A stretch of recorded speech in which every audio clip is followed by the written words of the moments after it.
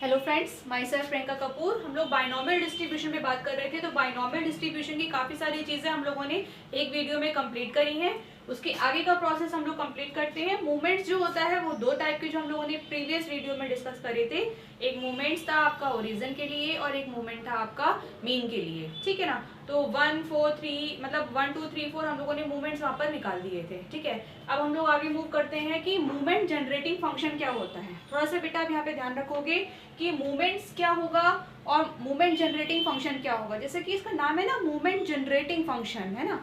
ये लिखा है यहाँ पर मूवमेंट जनरेटिंग फंक्शन। ये क्या करता है, ये मूवमेंट्स को जनरेट करता है ना। और वो क्या थे, वो मूवमेंट्स थे। तो मूवमेंट्स हमारे दो टाइप के थे। कौन कौन से थे, एक बार थोड़ा सा रिवाइज करो।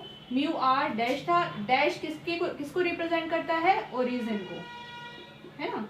और जो म्यू आर था वो क्या था, ये मीन के लिए मूवमेंट था, ठीक है ना। तो बाइनॉमियल डिस्ट्रीब्यूशन के ये R1 की मतलब R की वैल्यू 1 2 3 4 लगा के हम लोगों ने म्यू 4 तक डिस्कस कर लिया था। सिमिलरली म्यू 4 तक यहाँ पर डिस्कस कर लिया था, ठीक है। अब ये जो है ये कहाँ से मूवमेंट जनरेटिंग फंक्शन से इसको हम जनरेट करेंगे अब, है ना।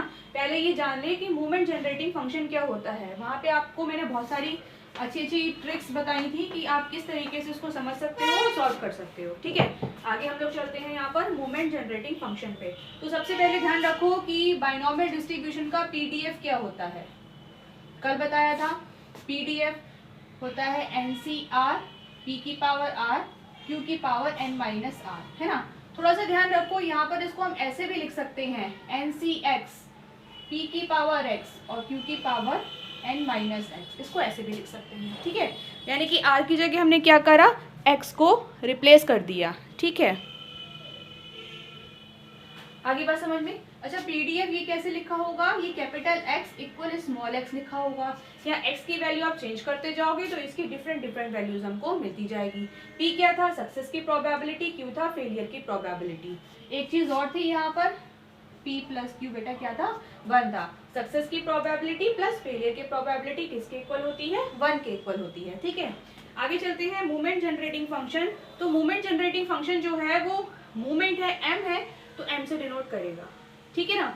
m से डिनोट करेंगे तो इसमें भी दो तरीके के मूवमेंट निकलेंगे, मतलब मूवमेंट जनरेटिंग फंक्शन निकलेंगे, एक ओरिजिन के लिए एक मीन के लिए। तो जो ओरिजिन के लिए निकलेगा वो m नॉट हो जाएगा और ये t का फंक्शन होता है, m नॉट t, है ना।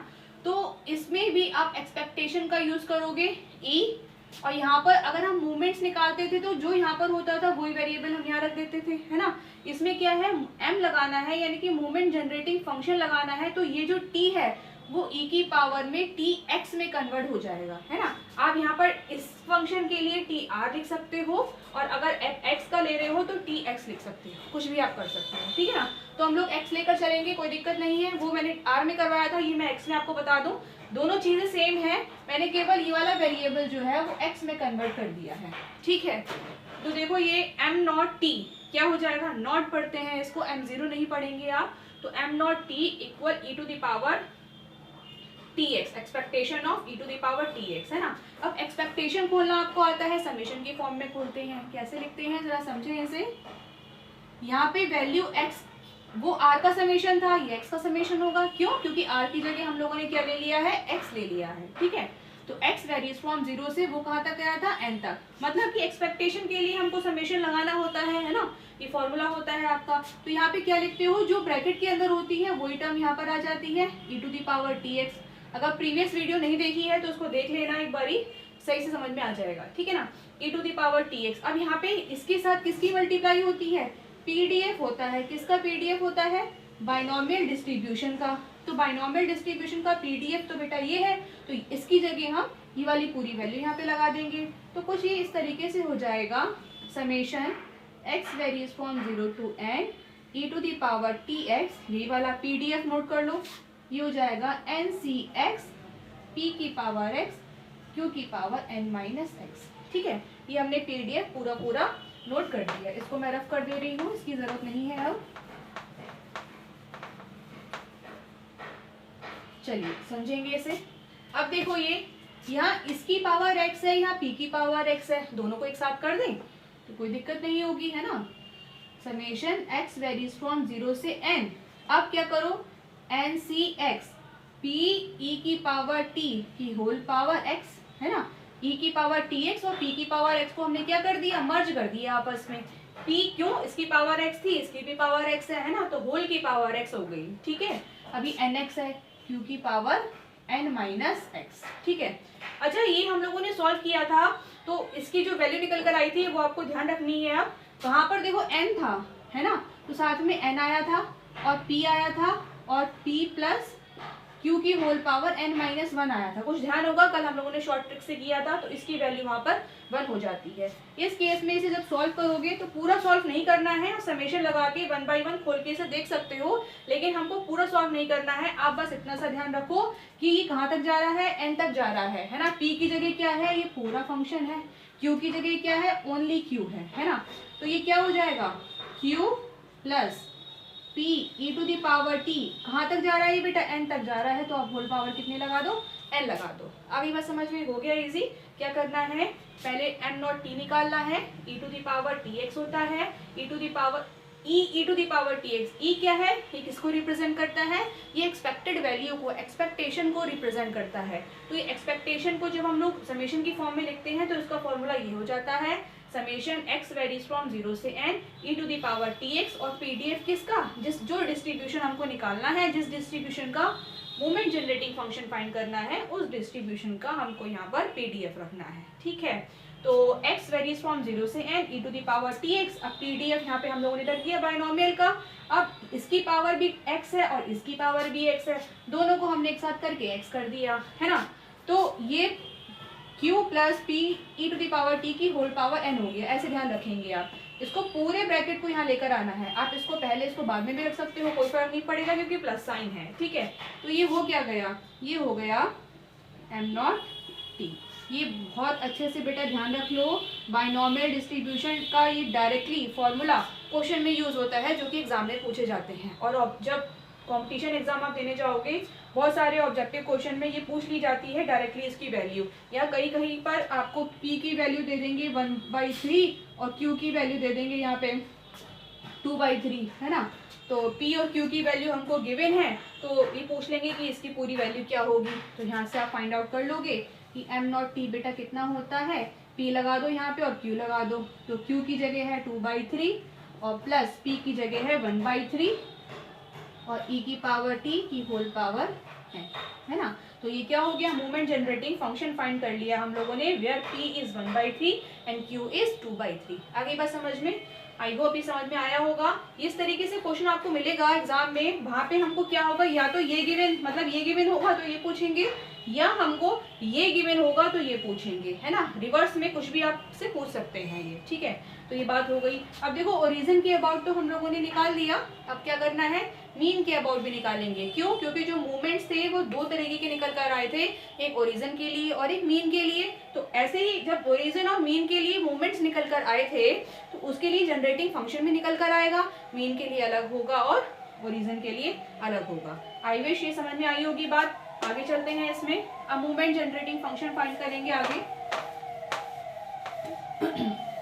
ये स्क्रीनशॉट ले लेना इसका और नोट कर लेना। चलिए, अब मूवमेंट जनरेटिंग फंक्शन हमको फाइंड करना है मीन के लिए, है ना। तो मीन के लिए फाइंड करना है, तो मीन क्या था इसका, बाइनोमियल का, है ना। बाइनोमियल का मीन क्या था, बाइनोमियल का मीन मैंने कहा था याद कर लेना, एनपी होता है ना। मीन क्या होता है, एनपी होता है। वो क्या था बेटा, μ1 डैश था। कितना निकल कर आया था, एनपी निकल कर आया था, first movement generating function about origin. क्या निकल कर आया था, एनपी, है ना। तो अब हमको इस एनपी के लिए ही, यानी कि एनपी के लिए ही मूवमेंट जनरेटिंग फंक्शन फाइंड करना है। जहां पर नॉट था वहां मैंने एनपी लगा दिया। ये ऐसे भी लिख कर आ सकता है, एम एक्स बार टी। एक्स बार क्या है, ये मीन है किसका, बाइनोमियल डिस्ट्रीब्यूशन का। एक्स बार इन जनरल आप लिख सकते हो किसी भी डिस्ट्रीब्यूशन के लिए, थ्योरेटिकल डिस्ट्रीब्यूशन होना चाहिए वो, है ना। और मैंने यहाँ पर अगर एनपी लिख दिया है तो इसको देखकर बेटा समझना पड़ेगा आपको कि ये बाइनोमियल डिस्ट्रीब्यूशन का हमको मूवमेंट जनरेटिंग फंक्शन पूछ रहे हैं, है ना। ये बहुत डीपली मैंने आपको बात समझा दी है कि एनपी अगर दे रखा है तो ध्यान रखोगे कि बाइनोमियल का मूवमेंट जनरेटिंग फंक्शन पूछ रहे हैं। अगर एक्स बार लगा दिया है तो इसके बारे में आपको जानकारी नहीं होगी जब तक आपको उस पर्टिकुलर डिस्ट्रीब्यूशन का मीन नहीं पता होगा। ठीक है, चलें इस पे बात करें। अभी एनपी के अराउंड हमको बताना है मोमेंट जनरेटिंग फंक्शन, इसको भूल जाओ अभी। तो ये क्या हो जाएगा, ई लगाओ पहले, है ना, क्या हो जाता है ये ई टू द पावर जाता है। क्यों जाता है, क्योंकि एम फाइंड करना है, मोमेंट जनरेटिंग फंक्शन फाइंड करना है। तो देखो क्या e to the power x minus N p हो जाएगा और होल पावर टी, है ना। इसको आप ऐसे लिख लें इस तरीके से, है ना। अगर हम एम नॉट बात कर रहे थे, समझ लो फिर से, तो इसको हम लिख रहे थे ई टू द पावर टी, ठीक है। अब मैंने क्या बोला, मीन के लिए बेटा मोमेंट जनरेटिंग फंक्शन फाइंड करो। मीन किसका होना चाहिए, बाइनोमियल डिस्ट्रीब्यूशन का। तो इसकी जगह क्या होगा, कुछ नहीं होगा, ई टू द पावर में क्या कर दो, x माइनस, ये टी एक्स है ना, तो x में माइनस कर दो क्या, एन पी, और t तो बाहर है ही, t हमने ये लगा दिया इस तरीके से, वही मैंने यहाँ पे करा, है ना। x तो आएगा ही आएगा, x में क्या माइनस कर दिया, मीन के लिए पूछा है ना, तो मीन माइनस कर दो, x माइनस एन पी, इसका स्केल चेंज कर दिया, ऐसे समझ लो आप, है ना। और क्या लगा दो साथ में, t लगा दो, तो ये क्या हो जाएगा, मोमेंट जनरेटिंग फंक्शन, ठीक है। इसको जरा सॉल्व करें, इसको भी आप समेशन की फॉर्म में ऑपरेट करोगे। ये क्या हो जाता है, समेशन किसका, x का, x ले लो या r ले लो, बात एक ही है, ये x है ये n है ना। तो ये देखो क्या हो जाएगा, e की power x minus N P T, यहाँ पे पीडीएफ आएगा किसका, बाइनोमियल डिस्ट्रीब्यूशन का। तो एन सी एक्स पी की पावर x क्यू की power n minus X. I hope ये बात समझ में आ गई होगी। जो यहाँ पर ब्रैकेट में होता है वो समेशन के साथ अंदर लगा देते हैं और पीडीएफ लगा देते हैं जिस डिस्ट्रीब्यूशन का हमको पूछा जाता है। हम पॉइजन डिस्ट्रीब्यूशन की बात करेंगे तो उसमें भी ये सारी चीजें फाइंड करेंगे। उसमें चेंज क्या हो जाएगा, केवल ये पीडीएफ चेंज हो जाएगा, वहां पे पॉइजन का आ जाएगा। नॉर्मल की बात करेंगे तो नॉर्मल का आ जाएगा, या जिस भी डिस्ट्रीब्यूशन की बात करेंगे वो डिस्ट्रीब्यूशन का यहाँ पर पीडीएफ आ जाएगा। बस इतना आपको हर बार में चेंज करना होगा, चाहे मोमेंट निकाल दो या मोमेंट जनरेटिंग फंक्शन निकाल दो, ठीक है। तो अब देखो ये जो समेशन है ये x का है ना, np पे तो कोई फर्क नहीं पड़ेगा, तो e की पावर माइनस npt को बाहर ले लो। पहले इसको देखो जरा, e की पावर xt हो गया, अलग अलग कर लें, माइनस npt हो गया। मैंने क्या करा, पावर में इसको ब्रेक कर दिया, ठीक है ना। मल्टीप्लाई में पावर ऐड हो जाती है, तो यहाँ पे माइनस लगा हुआ है तो वो माइनस हो जाएंगी, ठीक है। तो ये क्या आ गया हमारा, एन सी एक्स पी की पावर x क्यू की पावर n माइनस एक्स, ठीक है।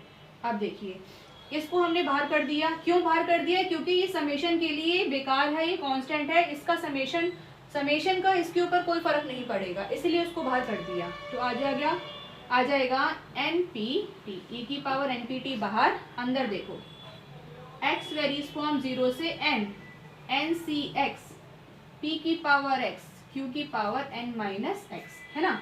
अब देखो ये रह गया हमारा एक चीज, क्या, e to the power X T, e to the power X T, है ना। अभी फाइंड करके आए हो ना आप, ये है ना, ये किसमें फाइंड किया था, मैम ने बताया था अभी, मतलब मैम मतलब मैंने, है ना। मैंने क्या बताया था कि इसकी पावर x है, इसकी पावर x है, दोनों को एक साथ लिख दे, है ना। तो ये क्या हो जाएगा, e to the power minus का एन पी टी, है ना, summation x varies from 0 to n। अब देखो एन सी एक्स एक साथ लिख दिया, मतलब अलग कर दिया, और इसको एक साथ कर दिया, क्या हो जाएगा, p e to the power t की होल पावर x और q की पावर n माइनस एक्स, है ना।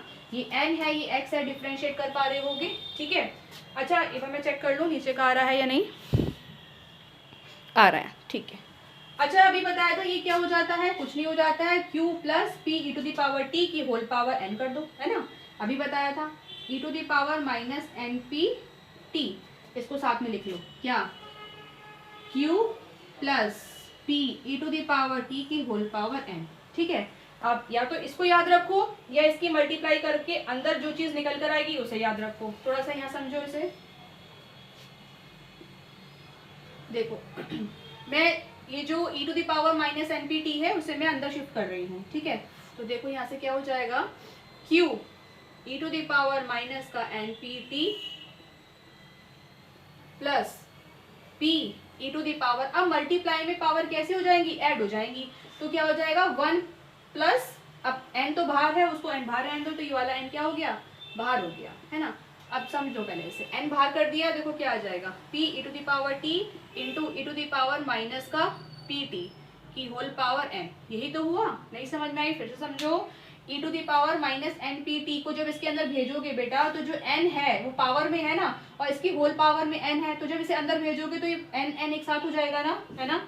तो e to the power minus का pt इसके साथ आ जाएगा, और e to the power minus का pt इसके साथ आ जाएगा, तो वही मैंने यहाँ पे लगा दिया है, ठीक है। अब थोड़ा समझेंगे इसे, q e to the power minus का pt plus p e to the power, इन पावर में से क्या करो, t कॉमन कर लो, है ना। इन पावर में से क्या करो, t कॉमन कर लो, तो क्या बच जाएगा, 1 माइनस p, बाहर क्या आ जाएगा, t आ जाएगा। आगे बात समझ में, होल पावर n कर दिया। अब 1 माइनस p क्या होता है, मैम कल आपने बताया था कि p प्लस q की बात 1 के बराबर होती है, तो q हमारा हो जाता है 1 माइनस p, है ना। q क्या हो जाता है हमारा, 1 माइनस p, दिख रहा है सब।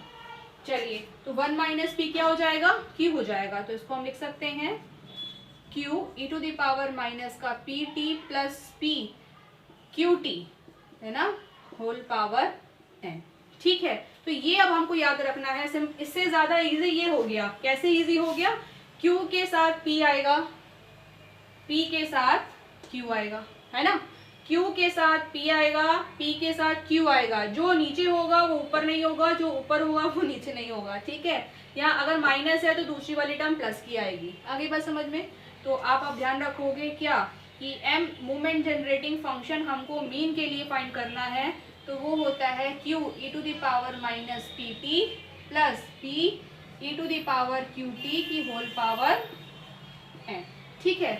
तो एक बात ये याद रखनी है आपको, और एक बात अभी मैंने पीछे बताई थी m नॉट t, है ना, m नॉट t याद रखना है। वो क्या बताया था, q plus p e to the power t की होल पावर n, एक बात ये ध्यान रखनी है, ठीक है ना।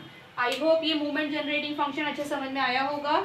इसके लिए भी क्वेश्चन सेम ही हो सकता है, मतलब p और q दे देंगे हमको, तो m n p फाइंड करना होगा, है ना। और इसके लिए भी मैंने बताया था कि q और p गिवन होगा, तो उसके लिए हमको क्या फाइंड करना होगा, m नॉट t। अब आगे बात करते हैं कि मूवमेंट जनरेटिंग फंक्शन से हम मूवमेंट्स को कैसे जनरेट करें, है ना। कितनी इंटरेस्टिंग बात हो गई कि मूवमेंट जनरेटिंग फंक्शन काम क्या कर रहा है, मूवमेंट्स को जनरेट करने का। किसको जनरेट करने का, मूवमेंट्स को जनरेट करने का, ठीक है। यानी कि क्या, हम लोगों ने जो मूवमेंट जनरेटिंग मतलब मूवमेंट से जो मूवमेंट जनरेट करे थे, मतलब म्यू आर डैश निकाला था, तो वो हम वहां से ना निकाल कर यहाँ से फाइंड आउट कर सकते हैं, है ना। तो इससे भी हम लोग फाइंड कर लेंगे क्या, मूवमेंट्स। तो आइए समझते हैं उसे भी।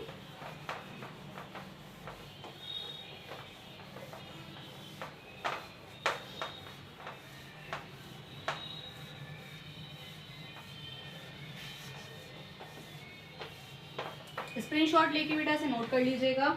आगे देखो हम लोग फाइंड करते हैं movement generating function of binomial distribution. Movements find करना है हमको मूवमेंट जनरेटिंग फंक्शन से, है ना। Now find movements with the help of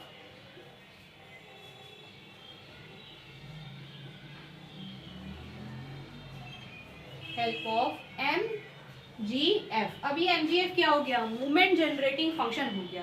MGF क्या हो गया, मूवमेंट जनरेटिंग फंक्शन। हमको मूवमेंट्स फाइंड करने हैं किसकी हेल्प से, MGF की हेल्प से। तो कई बार एग्जाम में बेटा MGF लिखकर आ सकता है, तो उसे आप समझेंगे अब कि MGF क्या होता है, हमारा मूवमेंट जनरेटिंग फंक्शन होता है, ठीक है ना।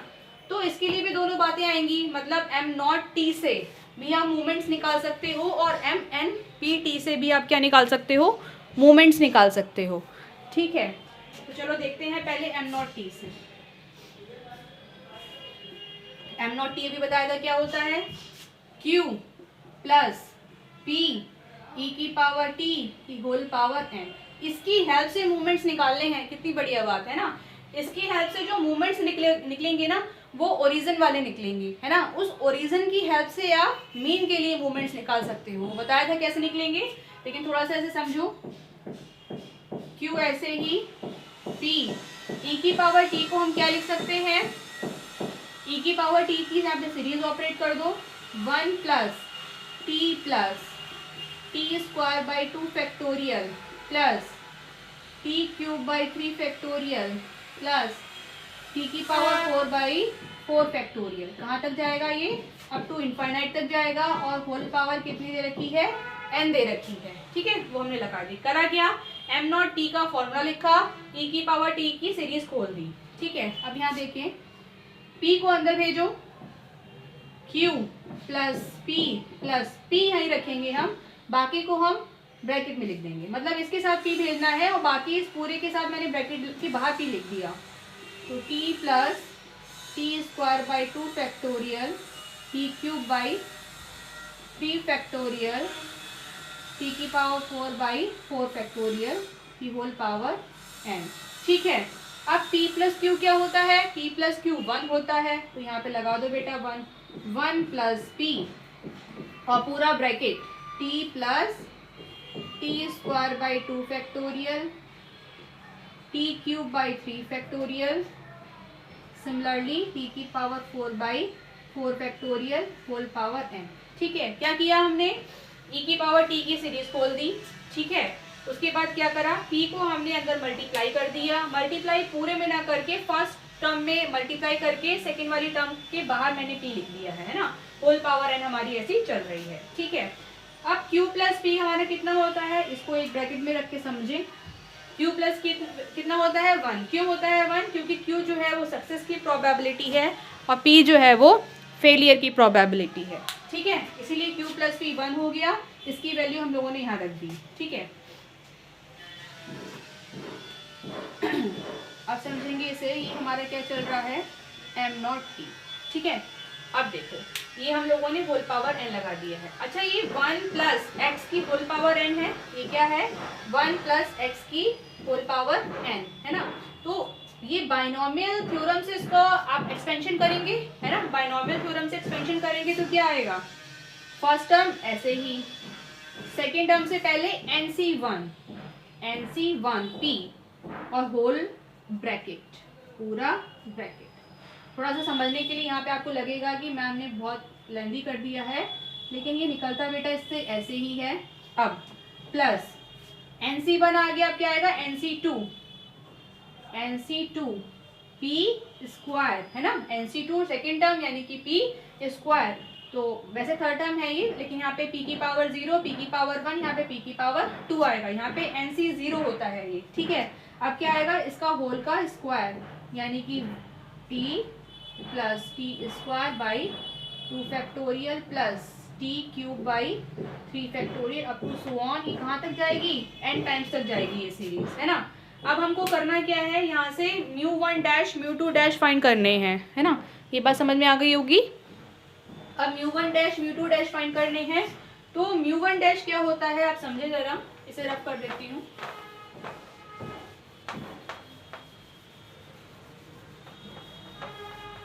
देखो μ1 डैश क्या होता है? μ1 डैश होता है t का कोफिशिएंट, है ना। μ1 डैश क्या होता है? t का कोफिशिएंट। μ2 डैश क्या होता है? t स्क्वायर बाई 2 फैक्टोरियल का कोफिशिएंट। आगे बस समझ में। μ3 डैश क्या होता है? t क्यूब बाई 3 फैक्टोरियल का कोफिशिएंट, है ना। नाउ मूवमेंट्स, μ1 क्या होगा? μ1 dash coefficient of t। μ2 dash क्या होगा? Coefficient of t square by 2 factorial. μ3 dash क्या होगा? Coefficient of t cube by 3 factorial. आगे बात समझ में। अब कोफिशिएंट ऑफ t, इसका कोफिशिएंट फाइंड करो भाई। अच्छा, इसमें t का कोफिशिएंट मिलेगा? केवल सिंगल पावर का कोफिशिएंट मिलेगा। ये पावर 2 रहेगी, है ना। ये पावर 2 रहेगी। तो क्या इसमें सिंगल t मिलेगा? नहीं मिलेगा। क्यों? क्योंकि इसका होल स्क्वायर दे रखा है। t तो मेरे को केवल यहीं पर मिलेगा, लेकिन यहाँ पे NC1 है, तो NC1 की वैल्यू कितनी होती है? n होती है। तो t का कोफिशिएंट बेटा कितना हो जाएगा? NP। क्या हो जाएगा? NP। देखो निकल आया ना यहाँ से। ये क्या है? कौन सा डिस्ट्रीब्यूशन पढ़ रहे हो? Binomial distribution. बाइनोमियल डिस्ट्रीब्यूशन के मूवमेंट्स निकाल रहे हो, यानी कि μ1 डैश निकाला हमने। तो μ1 डैश मैंने कल वाले लेक्चर में भी बताया था, कि NP होता है, और यहाँ पर भी हमारा मूवमेंट जनरेटिंग फंक्शन से भी निकल कर आया कितना, NP निकल कर आया है। ठीक है, आप क्या करोगे, t² 2 फैक्टोरियल का कोफिशिएंट चेक करोगे, तो t² 2 फैक्टोरियल यहाँ से मिलेगा, क्या मिलेगा, NP, क्या मिलेगा, NP, लिख लो यहाँ पे NP प्लस, और क्या मिलेगा, तो मैम यहाँ पे तो मिलेगा t², बिल्कुल मिलेगा, तो t² यहाँ पर मिलेगा, यहाँ नहीं मिलेगा, है ना, यहाँ मिलेगा, यहाँ नहीं मिलेगा, और साथ में क्या आएगा, n(n-1/2 फैक्टोरियल, क्यों, क्योंकि ये क्या है, ये NC2 है, तो यहाँ पे क्या आएगा, n(n-1/2 फैक्टोरियल, और देखो t² 2 फैक्टोरियल तो है नहीं यहाँ, तो केवल t दे रखा है, साथ में कितना है, t² है, तो जो नहीं है उससे मल्टीप्लाई कर देंगे। मैम 2 फैक्टोरियल से मल्टीप्लाई क्यों किया, वो इसलिए किया बेटा क्योंकि यहाँ पर t² 2 फैक्टोरियल लेना है, यहाँ पे तो 2 फैक्टोरियल इसमें है नहीं। आप बोलोगे मैडम इसमें तो है, लेकिन बेटा ये t की पावर 4 हो जाएगा, है ना, क्या हो जाएगा, t की पावर 4 हो जाएगा, हमको यहीं से मिलेगा केवल t² का कोफिशिएंट, तो हम क्या करेंगे, यहाँ पे 2 फैक्टोरियल से मल्टीप्लाई कर देंगे, इसमें कोई दिक्कत नहीं है, ये 2 फैक्टोरियल से मल्टीप्लाई कर दिया, क्या रह गया, t² रह गया, ठीक है, और कहीं आएगा t², अब नहीं पॉसिबल, क्यों नहीं पॉसिबल, क्योंकि यहाँ पे t² है, t³ है, पावर कैसी होती जा रही है, बढ़ती जा रही है ना, पावर कैसी होती जा रही है, बढ़ती जा रही है। तो अब इसे सॉल्व करोगे आप, तो देखो ये 2 फैक्टोरियल से 2 फैक्टोरियल चला जाएगा, वैल्यू क्या बचेगी, NP plus n² p² minus NP², ये इसको रफ कर दे रही हूँ, नहीं तो आप समझोगे इसका इक्वल ही है ना। तो देखो क्या आएगी वैल्यू, NP पूरे में से कॉमन कर ले, क्या रह गया, ये 1 प्लस NP माइनस का ये क्या रह गया P, अब देखो 1 माइनस P कितना होता है, Q, तो ये वैल्यू कितनी आ गई, NP, ये आ गई Q प्लस NP, क्या यही था हमारा सेकेंड मोमेंट जनरेटिंग फंक्शन, नहीं sorry, second moments about origin, यही था। आप चेक कर लेना कि ये μ2 हम लोगों ने वहां पर भी फाइंड करा था, यही था, ये क्या है हमारा μ1 है, ठीक है। तो 2 मैंने यहाँ से निकाल दिए हैं, आप μ3 भी यहाँ से फाइंड कर सकते हो, लेकिन उसकी जरूरत पड़ेगी नहीं, वो पूछा नहीं जाता। μ3 में क्या करोगे, t³ 3 फैक्टोरियल का कोफिशिएंट हो गया Pn NP, और यहाँ से भी आप t³ की वैल्यू निकालोगे, तो वो आप चेक कर लेना कितनी निकल कर आएगी, ठीक है। तो ये μ2 हो गया, बस 2 ही तक निकालना है आपको, आगे नहीं जाना, ठीक है। तो मूवमेंट जनरेटिंग फंक्शन से मैंने आपको मूवमेंट्स निकालना सिखा दिए। अब ये तो ओरिजिन के अबाउट मूवमेंट निकल कर आया है, अभी क्या रह गया, मीन के लिए रह गया, है ना। तो मीन के लिए समझ ले जरा यहीं से, देखिए मीन के लिए क्या करेंगे, μ1 निकालना है ना, μ1 निकाल दिया, अब क्या निकालना है, μ1 निकालना है केवल। तो μ1 तो मैंने बताया था ऑलवेज क्या होता है, 0, है ना। ये क्या है, ये है हमारा मूवमेंट अबाउट मीन, ये क्या है, मूवमेंट अबाउट मीन, ये ऑलवेज कैसा रहता है, 0। कल के वीडियो लेक्चर में मैंने बताया था हर किसी डिस्ट्रीब्यूशन के लिए इसकी वैल्यू कितनी रहेगी, 0 रहेगी। अब क्या फाइंड करेंगे हम, μ2 फाइंड करेंगे, इसका फॉर्मूला बताया था मैंने आपको, μ2 जो यहाँ पर होता है उसका डैश ले लो, अब यहाँ पे माइनस लगाओ, इससे कम वाले पे चले जाओ, μ1 अब यहाँ पर 2 है तो इसका क्या कर दो, स्क्वायर कर दो, है ना। तो μ2 निकालना है, तो μ2 कितना निकल कर आया, ये निकल कर आया NP Q प्लस NP, और माइनस का μ1 निकालना है, तो इसकी वैल्यू देखो कितनी निकल कर आ रही है, NP, इसका स्क्वायर है तो आप क्या कर दोगे, n² p², इसे सॉल्व करने जरा, NPQ plus n² p² multiply करोगे ना अंदर, तो कितना हो जाएगा, n² p², अब ये माइनस का n² p², कल भी सेम वैल्यू आ रही थी कल वाले लेक्चर में, तो इसकी वैल्यू कितनी आ गई, NPQ, तो μ2 क्या आ गया, NPQ, है ना। ये क्या हो गया हमारा, ये μ2 हो गया, मूवमेंट हो गया about mean, second movement about mean, ये क्या हो गया बेटा, सेकंड मूवमेंट हो गया, सेकंड मूवमेंट हो गया अबाउट मीन, ठीक है ना। अब सेकंड मूवमेंट अबाउट मीन को कल भी बताया था, क्या बोलते हैं, सिग्मा स्क्वायर, इसको क्या बोलते हैं, ये होता है वेरिएंस, ये क्या होता है, वेरिएंस। तो वेरिएंस हमारा कितने निकल कर आ गया, NPQ। क्या निकल कर आ गया, NPQ। अब क्या बात करनी है, स्टैंडर्ड डेविएशन की, यहीं से तो निकल कर आता है स्टैंडर्ड डेविएशन। स्टैंडर्ड डेविएशन बेटा कितना होता है, वो होता है मैम, अंडर रूट लगा देते हैं इस पे, तो क्या हो जाएगा, अंडर रूट NPQ। आ गई ना सारी बातें। मैंने किसकी हेल्प से ये सब चीज जनरेट कर दी, कल वाले लेक्चर की सारी चीजें मैंने इससे भी जनरेट कर दी। किसकी हेल्प से, मोमेंट जनरेटिंग फंक्शन की हेल्प से, m0t की हेल्प से। ठीक है, तो आई विश कि ये सारी बातें समझ में आई होंगी। बहुत अच्छे से इसको मैंने एक्सप्लेन कर दिया है। नहीं समझ में आया रिपीट करके दोबारा से देख लेना। कहीं कोई दिक्कत हो, कोई डाउट हो तो आप कमेंट बॉक्स में कमेंट करके मेरे से पूछ सकते हो। और सब बढ़िया है। चलिए ठीक है, मिलते हैं फिर नेक्स्ट वीडियो में। इसके आगे की जो टॉपिक है वो कंटिन्यू करेंगे, तो इसके बाद आप वाली वीडियो वॉच करिएगा। Thanks for watching. आप शेयर करिए, सब्सक्राइब करिए और कमेंट करिए। Okay, bye.